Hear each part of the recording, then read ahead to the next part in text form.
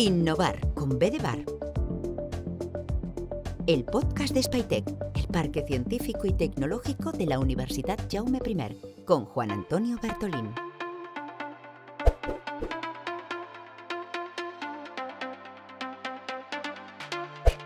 Bienvenidos y bienvenidas a una nueva edición de Innovar con B de Bar. Esta ya es la novena. El podcast donde realmente la innovación, la tecnología se encuentran en una conversación totalmente distendida y sobre todo desde este sitio tan acogedor como es el restaurante Carceller de Castellón. En este episodio vamos a encender motores, nunca mejor dicho, y además eléctricos, para hablar de uno de los pilares tecnológicos de la transición energética, las baterías. Y de qué manera podíamos ver que la batería podía ser el corazón de una revolución, y es lo que vamos a reflexionar hoy en Innovar con B de Bar. Y para ello vamos a contar con dos voces, dos expertos clave en este ámbito. Javier Barahona, CEO y cofundador de Aberbian, que además fue presidente de la Asociación Valenciana del Vehículo Eléctrico, y bueno, es una empresa de ingeniería especializada en movilidad eléctrica, almacenamiento y gestión avanzada de energía. Gracias, Javier, por acompañarnos. Y Héctor Beltrán, doctor en Ingeniería Eléctrica, ahora pues director del grado de Ingeniería Eléctrica en la Universidad Jaume I, y la verdad pues que de hecho mantiene una relación muy intensa con Aberbian en diferentes proyectos que están desarrollando. Muchas gracias, Héctor, también por acompañarnos hoy en esta innovación. Bueno, aquí empezaríamos... Oye, ¿dónde estamos, no? ¿Qué tipo de tecnologías, cuando hablamos de baterías, son las que dominan el mercado hoy en día? Y sobre todo, pues, ¿cómo valoráis ese equilibrio entre prestaciones, sostenibilidad? ¿Cómo veis esa tendencia? Es decir, ¿cuál es el estado del arte hoy? Bueno, pues a día de hoy las tecnologías predominantes son las que están basadas en ion de litio. Y en particular hay dos que destacan principalmente, que son el FP-NMC, podríamos dejar las NCA en tercer lugar quizá. Bueno, esto es porque dentro de la etiqueta de iones de litio hay 6 químicas distintas, entonces es una etiqueta comercial muy grande, dentro es una caja gigante en la que dentro hay muchísima tecnología, de las que se conocen más algunas y menos otras, pero hay... Ellas dependen por la composición del ánodo, del cátodo, de las diferentes proporciones de materiales, ¿no? Y dan características completamente diferentes unas y otras a nivel pues, de seguridad intrínseca de la propia celda, densidad energética, densidad de potencia, características térmicas también. Entonces, cada caso de uso tiene una química óptima, ¿no? para su aplicativo. Y después pues también hay condicionantes a nivel de sostenibilidad, trazabilidad, logística, precio, que también condicionan a nivel de la elección final, ¿no? Y lo que tenemos hoy en día viene de los años 70 y 80 del siglo pasado, o sea que no es tecnología nueva, sino que es tecnología inventada en los años 80, incluso 90, ¿no? Que cuando sale la primera patente de Sony, desarrollan pues la primera videocámara portátil con aquellas primeras baterías de tipo LCO, que es otra de las químicas de litio, y a partir de allí pues crean electrónica de consumo, empiezan a aparecer videocámaras, después ordenadores portátiles, teléfonos móviles, tablets, iPhones, ¿no? Y se crea todo un sector, y al aumentar la industria con economías de escala, pues se van mejorando los distintos tipos de estas 6 químicas con las que trabajamos hoy en día. Y la evolución ha sido exponencial, porque obviamente se irán buscando nuevos materiales, precisamente para aumentar densidades energéticas, impulso. ¿Y qué cuellos de botella tecnológicos veis que se están encontrando ahora precisamente en ese desarrollo de nuevas? Luego entraremos ya a lo mejor a un caso más concreto. Pues desde un punto de vista, digamos, académico, sin ser yo químico, un gran cuello de botella es que la densidad energética del litio hoy en día está llegando a ciertos límites. Entonces, dentro de lo que es la tecnología de iones de litio, no vamos a poder llegar mucho más allá. Entonces vamos a tener que encontrar otras cosas como las que después discutiremos, ¿no? Estado sólido y otros tipos de baterías, que seguramente otro saltito, sobre todo en niveles de densidad energética, ¿no? De capacidad de energía que puede acumular dentro de una batería. Es cierto eso, ¿no? Es decir, desde un punto de vista químico y en toda la investigación que eso conlleva, a nivel de celdas se está llegando a esa asíntota horizontal, ¿no? de evolución de densidad energética y densidad de potencia, y después también se está innovando mucho en cómo esas celdas, que son esas unidades básicas que conforman las baterías, se convierten en las propias baterías, ¿no? Cómo se escala de la celda al módulo, del módulo al battery pack. Y ahí también hay mucha innovación e investigación en cuanto a, pues, a su composición morfológica, su distribución física, su gestión térmica, etcétera, etcétera, y electrónica. Importantísimo. Y, por ejemplo, hay novedades ahí en la parte ahora mismo hay un paso intermedio, ¿no? Pasar de la celda al módulo y del módulo al battery pack, intentar saltarse ese paso intermedio, ¿no? Y hay tecnologías como Cell to Pack, de cómo meter directamente las celdas en el vehículo o en la batería en su conjunto, sin tener que pasar por un elemento intermedio que añade peso, volumen y resta, por lo tanto, densidad energética y potencia y demás. Y después, a nivel de cuellos de botella, pues hay muchos que no son técnicos, ¿no? Es decir, que son geopolíticos, dependencia de minerales, de países o de zonas concretas. En la parte de sostenibilidad. Correcto. También. Y, por ejemplo, de transporte y de producto. Transportar baterías en un barco tiene riesgos, porque cuando suceden accidentes y pues había algún caso de barcos incendiados que incluso se han llegado a hundir. Entonces, los seguros para transportar baterías están aumentando. Entonces, bueno, pues toda una industria como esta, pues al final implica... Y después hay también cuellos de botella en el aspecto puramente industrial, ¿no? En las capacidades de fabricación a gran escala, en precios competitivos y demás, que es donde vemos que hay una dependencia enorme del mercado asiático, hasta el punto en que otras zonas del mundo en el cual se fabrique baterías a nivel de celdas, pues son muy pocas, ¿no? Es decir, casi todas las celdas del mundo se fabrican en China y el resto de zonas, países, China y Corea, y el resto de partes del mundo somos puramente integradores de esas celdas y construimos a partir de la celda hasta llegar a la batería. El mercado, dependemos completamente del mercado asiático, parece. Absolutamente. Absolutamente. Hoy en día, absolutamente. Nos lleva muchos años de ventaja desde el punto de vista de industrialización, y entonces es muy difícil competir en costes, más allá de la dependencia en materiales, competir en costes en industrialización, ¿no? Otra cuestión es si competimos en igualdad de condiciones, ¿no? Y si se respetan las mismas normas para las características de trabajo de las personas en una parte o en otra del mundo, ¿no? Eso ya sería... Bueno, y por ahí van los movimientos políticos un poco en Europa y Estados Unidos de intentar impulsar el desarrollo de fábricas de baterías en Estados Unidos y en Europa, cosa que hasta ahora no se ha conseguido. El proyecto enorme de Northvolt, con soporte de BMW, del gobierno sueco. Y no ha seguido, ha caído. Está en suspensión de pago y con un agujero enorme. Ha sido uno de los grandes fracasos europeos desde el punto de vista de intentar traer la dependencia de fabricación de celdas a Europa y después de millones y cientos y miles de millones no ha sido posible llevar adelante. Entonces, pues, bueno. Y en Estados Unidos Biden lanzó la ley la IRA, que era la Inflation Reduction Act, para intentar atraer industria hacia Estados Unidos. No consiguió llevar nada. Y ahora Trump está en lo mismo. La entrada de aranceles lo que está intentando es que se vaya allí la fabricación, entre otras cosas, de baterías. El coste de las baterías será enorme en este caso. Sí, básicamente porque es que no tenemos ni Europa ni Estados Unidos tenemos materia prima para hacerlas, ni materia refinada para hacerlas. Entonces, ¿Hay conflicto entre tecnologías realmente? Es decir, sí que había visto que entre las baterías de litio fosfato y las de níquel, manganeso, cobalto, había como cierta tensión en el uso o discrepancias. A ver, tecnológicamente son químicas diferentes. Las de NMC, la parte positiva que tienen es que tienen mayor densidad energética y de potencia. Y las del FP, la ventaja que tienen es menor coste y después mayor seguridad intrínseca a nivel de celdas, ¿no? Es decir, al final lo que aporta... Correcto, y mayor ciclo de vida de las baterías. Al final lo que aporta realmente seguridad a las baterías y quien es el gestor es el BMS, el Battery Management System, que regula todas las seguridades, pero sí que es verdad que intrínsecamente cada química tiene diferentes niveles de seguridad, ¿no? Sí. Puntos de ignición distintos, entonces unas son más seguras que otras, el FP es más segura desde ese punto de vista, pero guerra entre ellas no hay, porque básicamente los mismos fabricantes hacen unas y otras, entonces no hay una guerra comercial, industrial de productores de unas contra productores de otras, no. Sí que es verdad que desde el punto de vista de vehículo eléctrico había cierto equilibrio, diría yo hasta 2020, inicio de la pandemia, guerra de Ucrania, etcétera, etcétera, y fabricantes como Tesla, por ejemplo, apostaban por el NMC. LFP. Y después cambiaron a LFP a partir alguna de las causas, sobre todo precio, y después también la dependencia del níquel, ¿no? Que hay minas de níquel en Rusia, la cadena de suministros se ha visto afectada con todo el tema de la guerra y demás.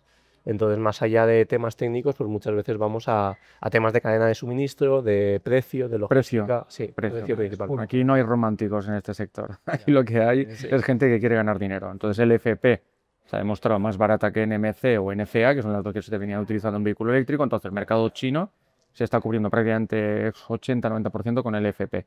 A Europa y a Estados Unidos ese cambio todavía no ha llegado. Está entrando poco a poco a más, pero aquí se sigue comercializando mucho coche con NMC, que da mejores prestaciones. Todo apunta a que todo lo que es sector de vehículo eléctrico y almacenamiento de energía a nivel doméstico a gran escala vendrá cubierto probablemente por el FP en el corto plazo. ¿En el corto? Sí. Porque viene el sodio-ion por detrás. Que... Eso es lo que iba a comentar, las tecnologías emergentes ahora, sodio-ion y estado sólido, ¿no? ¿Y de qué forma eso, digamos, conecta o llegan a hacerse hueco en ese mercado tan competitivo como es el mercado de low cost, sobre todo con tecnologías emergentes que siempre serán más caras?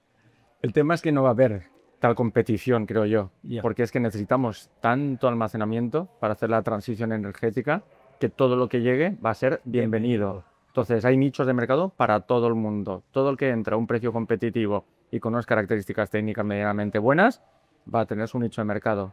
Entonces, no problema. Que llega sodio-ion, bienvenido. Que llega estado sólido, le encontraremos nuevas aplicaciones. Si queremos tener una sociedad electrificada, que es hacia lo que en teoría vamos, al menos en Europa, Estados Unidos ahora mismo parece que no está tan claro, China decididamente, el almacenamiento es clave, transversal en todos los sectores. Entonces, todo lo que sea capaz de almacenar electricidad en una reacción química, para adentro. Y estas nuevas formas de almacenar tienen ventajas respecto a las que ya están y se está viendo que son...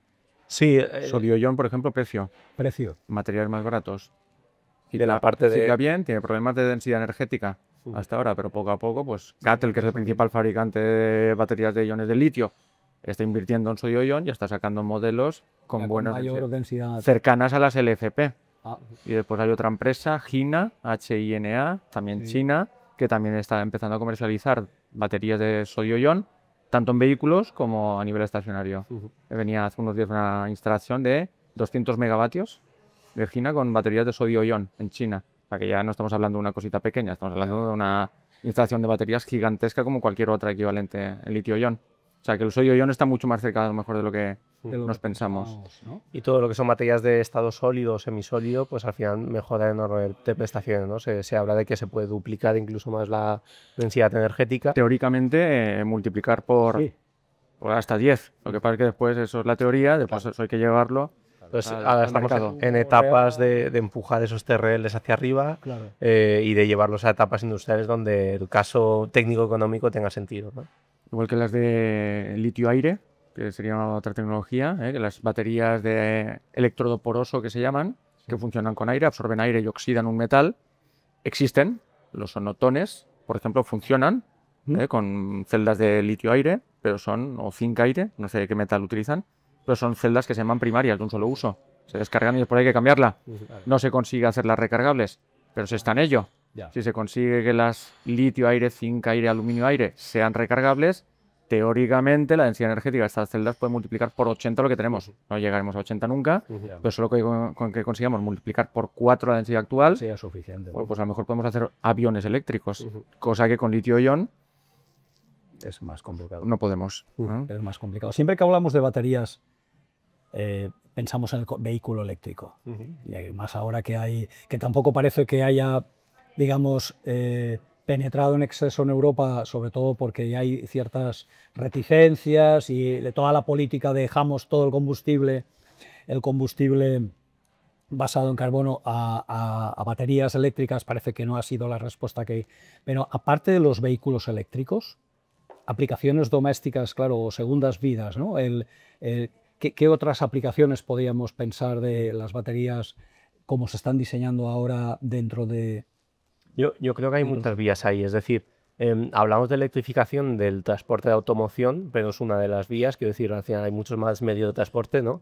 Están ahí todos los medios de navales, en todas sus escalas, aviónica, ferrocarril, etcétera, etcétera. Entonces ahí hay muchas posibilidades también en la parte de electrificación y en las que se está trabajando muchísimo. Por ejemplo, a mí me parece muy interesante los aviones de despegue vertical, ¿no? Una tecnología que en combustible no era posible porque los motores de combustible no son capaces de generar ese par a bajas revoluciones que pueden hacer las baterías y los motores eléctricos, y de repente se descubre una nueva tecnología, o sea, que se descubre con los motores eléctricos, se puede hacer un despegue vertical y trabajar. Sí que es verdad que después la autonomía que te dan las baterías y la densidad energética no te permite vuelos muy largos, ¿no?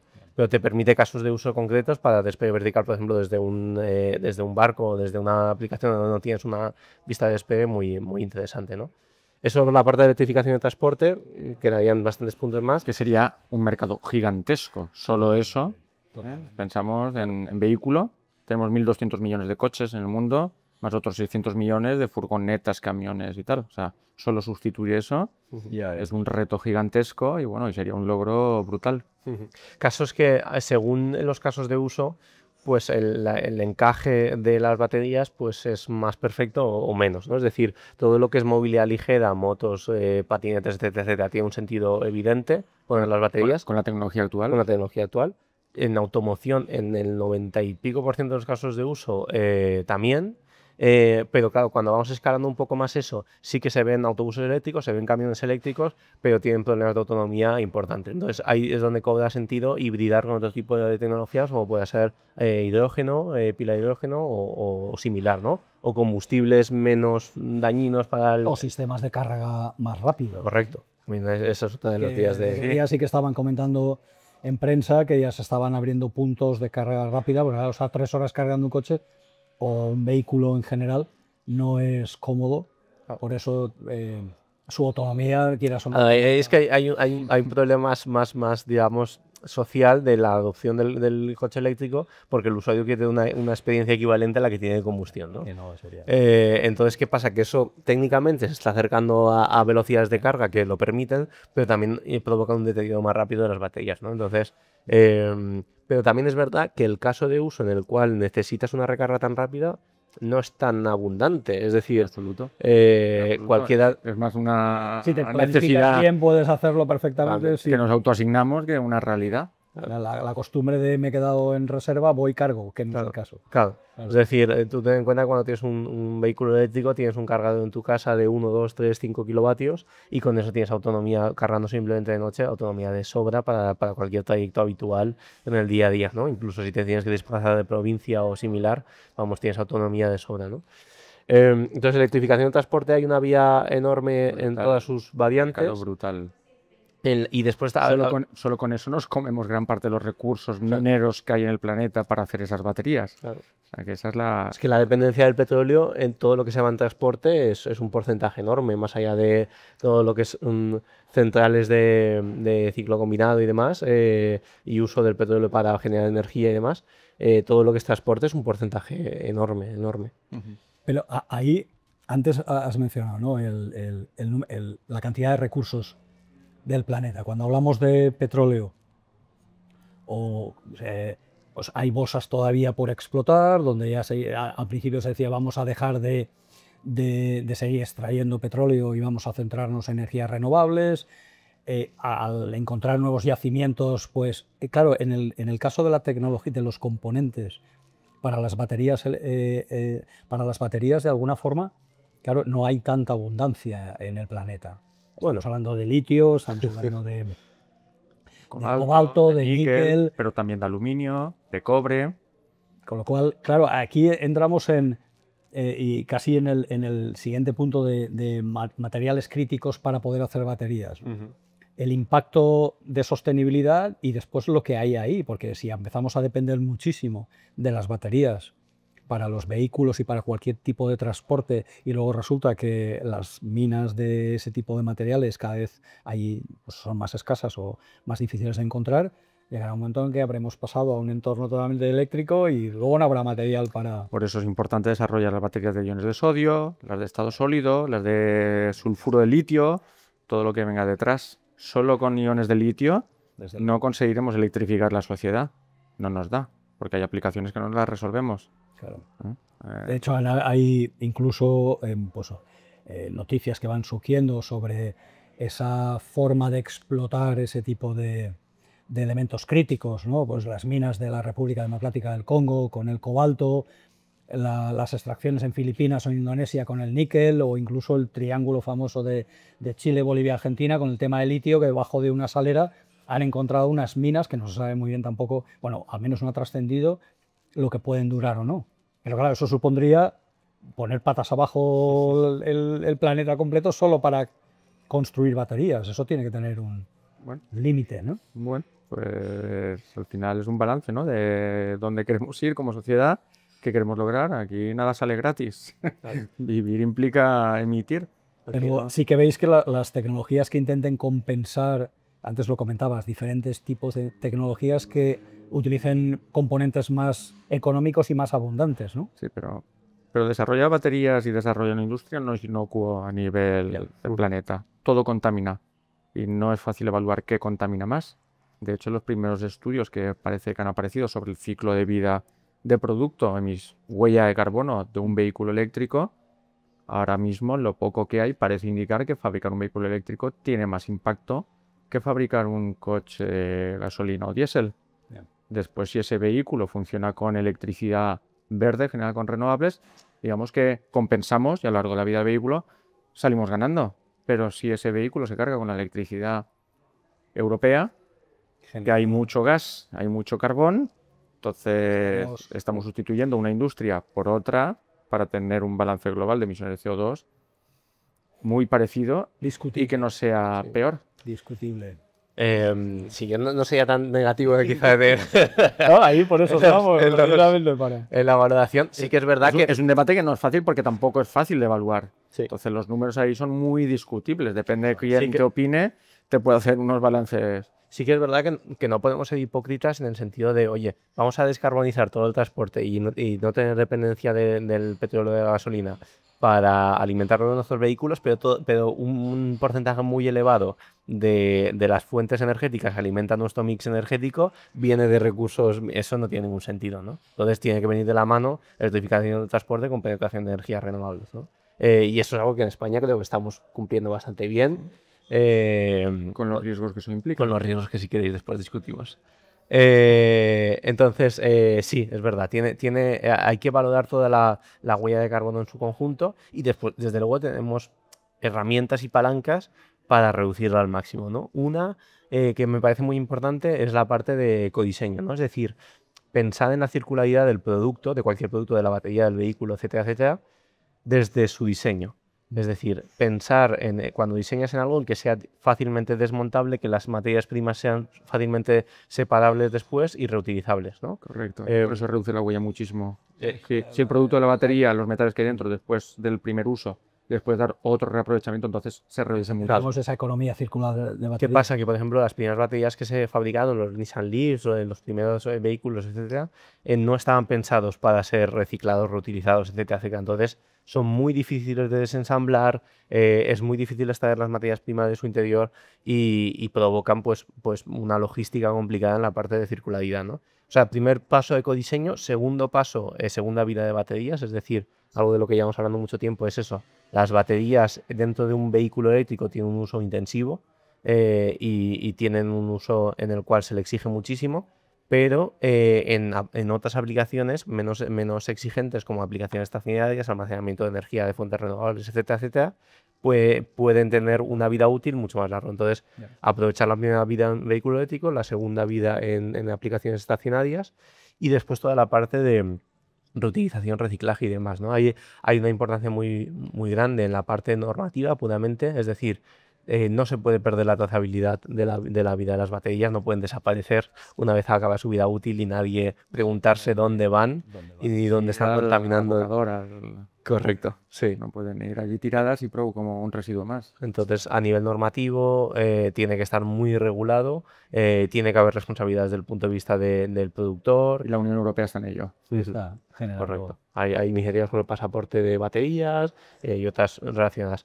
Y después, ¿cómo es ese proceso de reciclaje, ¿no? Que no es nada trivial, ¿no? Actualmente lo que se intenta es llegar de la batería a la black mass y después intentar separar materiales primarios, pero no es nada trivial, ¿no? Y ahí también se está trabajando mucho y hay mucho por delante, ¿no? Para poder volver a reinyectar en ese ciclo de producción las materias primas que provienen de de baterías que ya se han usado. Lo que pasa es que en todos estos procesos de transición están las barreras también un poco de entrada, ¿no? Investigar en reciclaje y mejorar los procesos de reciclaje hasta que no tienes material para reciclar es complicado invertir. Necesitas un volumen para poder claro, sacar conclusiones. entonces no estamos todavía con material para reciclar, entonces no se invierte mucho en cómo reciclar. Y como no se invierte, lo que se va reciclando se aprovecha poco y entonces no llega, es un poco la pescadilla que se muerde la cola. Y lo mismo un poco pues con los cargadores. No hay mucho vehículo, no se instala cargador. Y lo mismo con la transición a las renovables, ¿no? Es un poco, no se integra mucha batería y hay una serie de problemas y no se es poder diseñar el tránsito de una tecnología a la otra de forma que no nos esperemos al final para poder hacer lo que podíamos haber hecho con cierta invasión, ¿no? Hay que encontrar un equilibrio que es clave. Al final, a nivel regulatorio, a nivel gobiernos, etcétera, administraciones, tú tienes dos vías siempre, ¿no? Una es penalizar y palo o zanahoria. Palo o zanahoria, es tal cual, lo de siempre, ¿no? Pero hay que encontrar un equilibrio muy bueno. ¿Qué pasa? Porque es que quieres mover muchas cosas y en muy poco tiempo. Entonces, tiempo de marejada. Y en río revuelto, ganancia de pescadores. Unos ganarán mucho y otros pueden perder mucho. Pues hay riesgo. Claro, si vas a un mercado ultra regulado en la cual metes a piñón el vehículo eléctrico, quieras o no, pues provocas cosas de las que están pasando, ¿no? Reacciones muy reacias a la adopción del vehículo eléctrico, críticas desmesuradas, etcétera, etcétera. Entonces, ese mix de palo y zanahoria hay que medirlo muy bien para no encontrar el resultado. Pero ¿qué pasa? Que el reto es muy grande. Es enorme. Y tenemos porque además tiempo para mezclas muchos actores. Queremos electrificar. Para electrificar tenemos que generar para quien se electrifique. Entonces, tiene que aparecer mucha renovable, pero está apareciendo mucha renovable y no estamos electrificando. Todos continuamos en casa con calderas de gas para calefacción. Nos están instalando bombas de frío-calor, que es uno de los grandes sectores, el térmico. Hay que electrificarlo y no se está haciendo ahí prácticamente nada. Tenían que venir centros de datos, todavía no están llegando los centros de datos, entonces tenía que venir mucho consumo eléctrico, que no está apareciendo. Y está apareciendo mucha generación eléctrica y está aumentando un poco el consumo. De hecho, no está aumentando el consumo eléctrico, está muy estabilizado.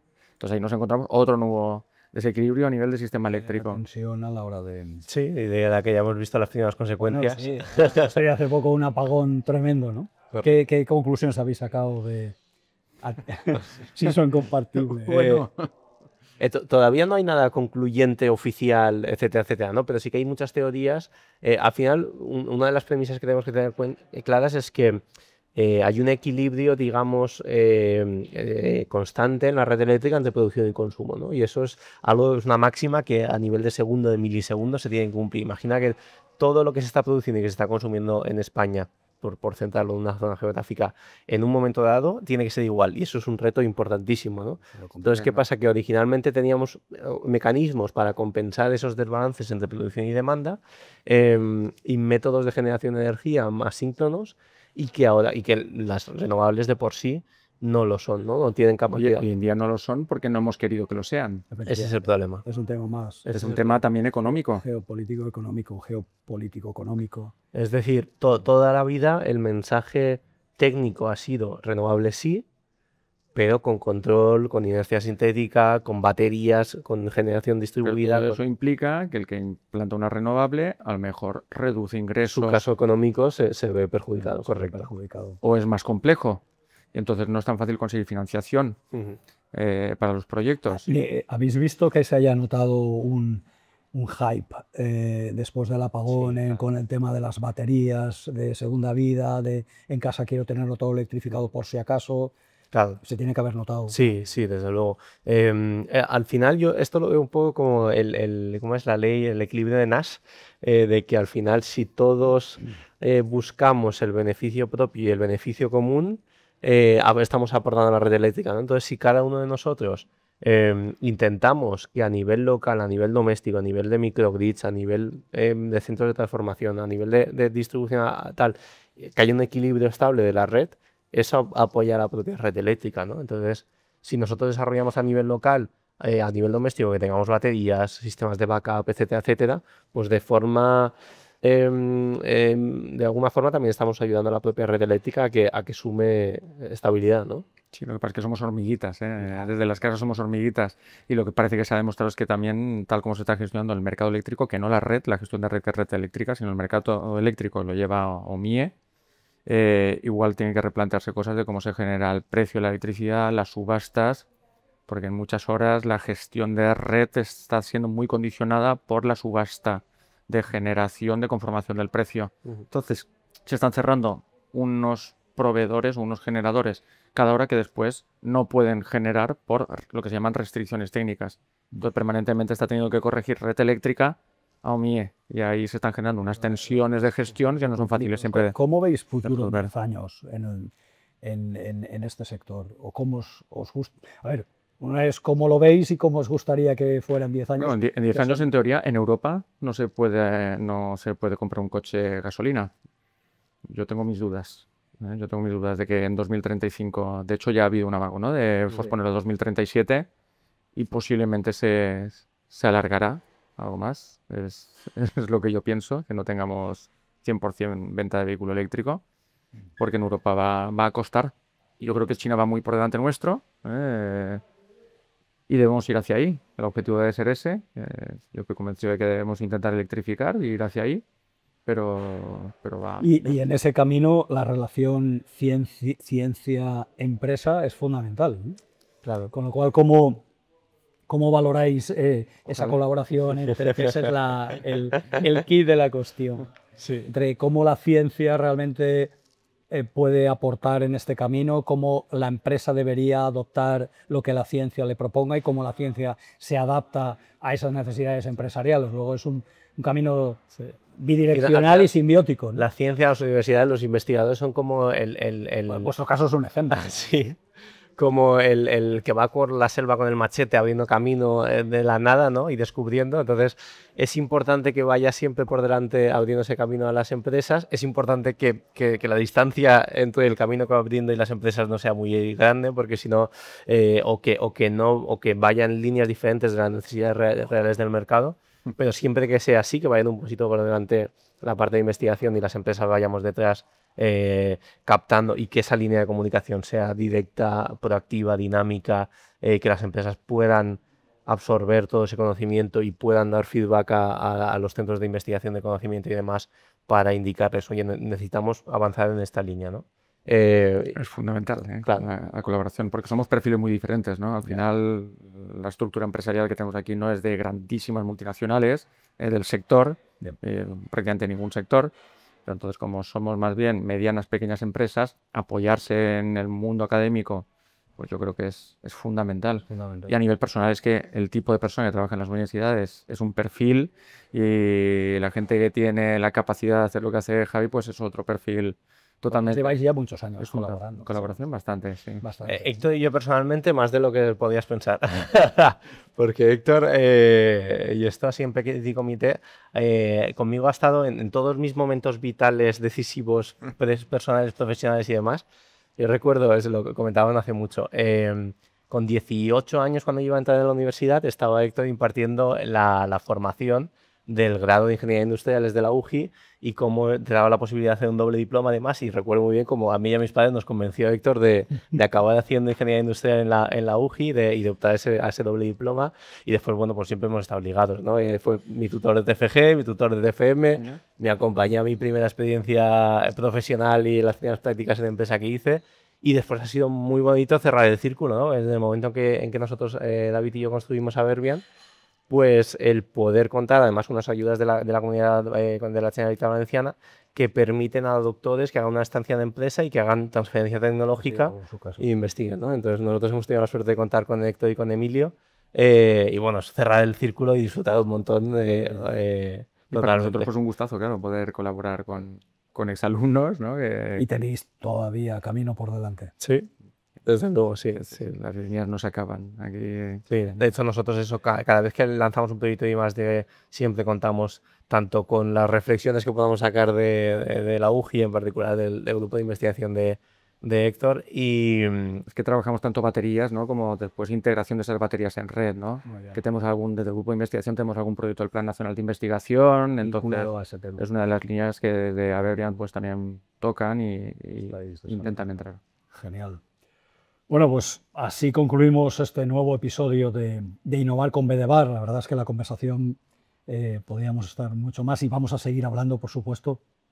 Hemos recorrido pues realmente un panorama apasionante, ¿no? Que conecta ciencia, innovación, sostenibilidad, sobre todo pues, a través del desarrollo de baterías cada vez más eficientes, seguras y sostenibles, pero además con todas sus derivadas alrededor de ese desarrollo y en los diferentes sectores. Muchas gracias a Javier Barahona y a Héctor Beltrán por compartir con nosotros su experiencia personal y profesional y su visión en este campo estratégico que aunque no ha comenzado, porque como bien comentaba Héctor, empezó ya en los 70, ahora está cogiendo una velocidad exponencial que todos esperamos que llegue a buen puerto.